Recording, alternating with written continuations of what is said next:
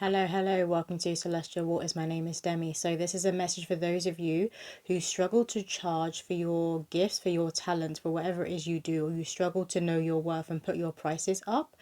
So, you could work in the spiritual community, you could be a healer, you could be a medium, you don't have to be. You're just someone who will struggle to know what to charge for what it is that you do and what you put out into the world.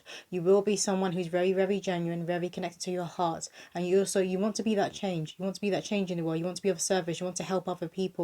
And Spirit are reminding me here that God asks us to be generous lenders. And how can you be a generous lender if you don't have the money, if you don't have the resources? You need these things in order to help other people and to be a change in other people's lives. And yes, it's not all about that.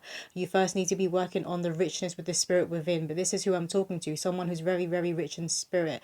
When you know your worth and you know your value, you will put your prices up. You will charge for what it is that you would do and feel no shame and feel no guilt around that, because you need to be bringing in money in order to not only help yourself but to help other people. Again, they are saying God asks us to be generous lenders. You can't be a generous lender if you have nothing for yourself, you have nothing to give, right?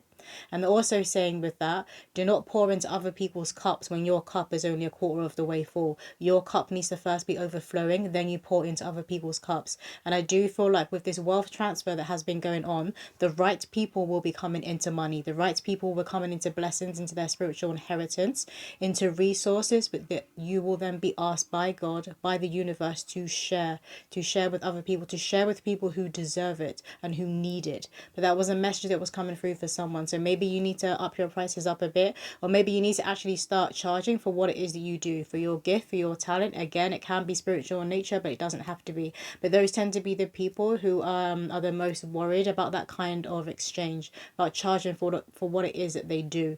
But God is asking you to charge.